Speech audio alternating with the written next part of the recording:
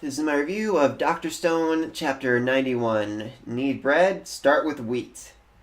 So, definitely an interesting chapter. Let's see. Honestly, one of the things that shocked me the most is they didn't even know what farming was. Seriously, I know they're Stone Age people, but I mean, their ancestors knew the basics, and yet somehow over the thousands of years they forgot what farming was.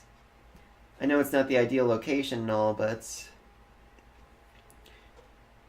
they were literally shocked when they found out. So we can just plant these seeds and they'll sprout, and then we can harvest them and plant more? Wow, I would have never thought of that. I mean, it's just absolutely insane things that they've forgotten over the years. But hopefully now, I mean, like I said, they were in the mountains. They couldn't have large open fields. They had to go to the main kingdom where everything was.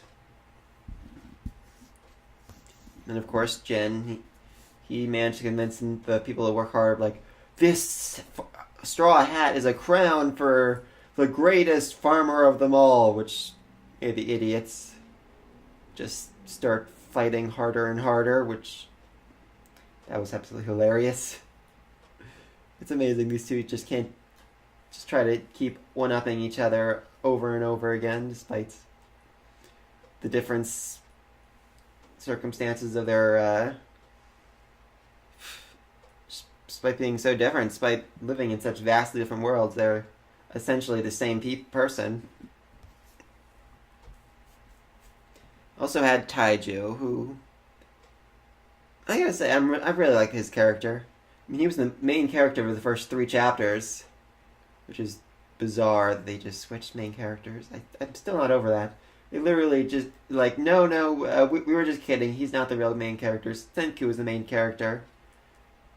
But, I mean, he's working day in and day night to make sure everyone's happy and fed. We found out he lost his family when he was young, and he just wants to make sure everyone else is happy and safe and keep them protected. And they also just surprised. He's smart.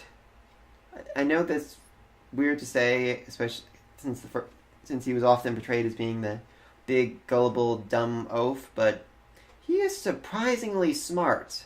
I mean, early on, he's the one that convinced Senku, hey, we have grapes, why don't we make wine?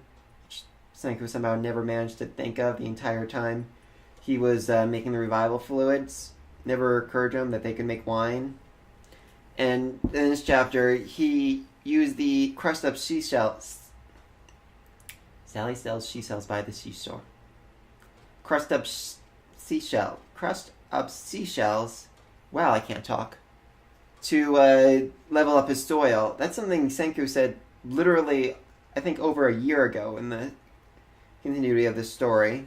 I mean, I didn't even remember that, and I just read it reread it a month ago. So, yeah, he has a surprisingly good memory when it comes to this kind of thing. And just his amazingly strong work ethic made him the farming king, apparently. Now they have the fields of wheat. That's probably going to get them, well, hopefully get them through some of the winters. Maybe the boating trip. As what's the name said, they need the hard bread as tack to survive everything. But, yeah, the bread they made was hard, definitely, but that wasn't really edible, as the one guy said. It's not unheard of for people to starve to death rather than eat nasty things. That was actually surprising to me. I'm a picky eater, but I always figured I get hungry enough, I'm eating anything. But apparently, no, you can actually starve to death even with food. So now they need a chef, and not just any chef. They need a Food Wars level chef, you know what I mean? Someone who's gone through all the most intense, durable training, like, oh, you need to make a meal out of these 3 ingredients, and you only have 40 minutes, and these ingredients are things you've never heard of. And then for your next trial, you need to go into the wilderness and using only what you find there, make a meal. they need a serious high-ranking chef who's done the weirdest training in the world, basically. I honestly can't even imagine what kind of chef they're gonna get.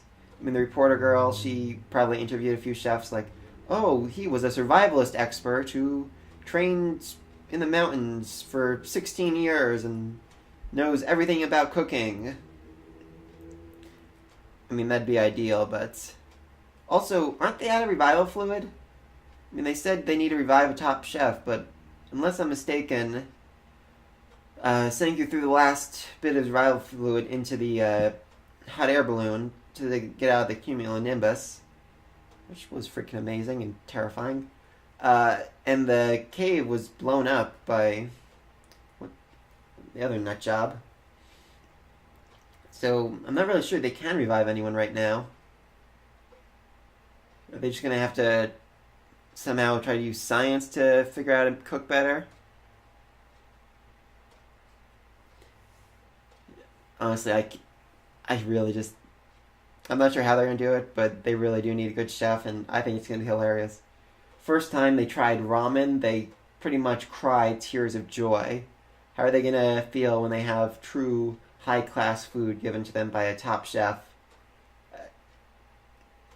I fully expect there to be a foodgasm. And for anyone who hasn't read or watched Food Wars, it's literally when your clothes explode off of you.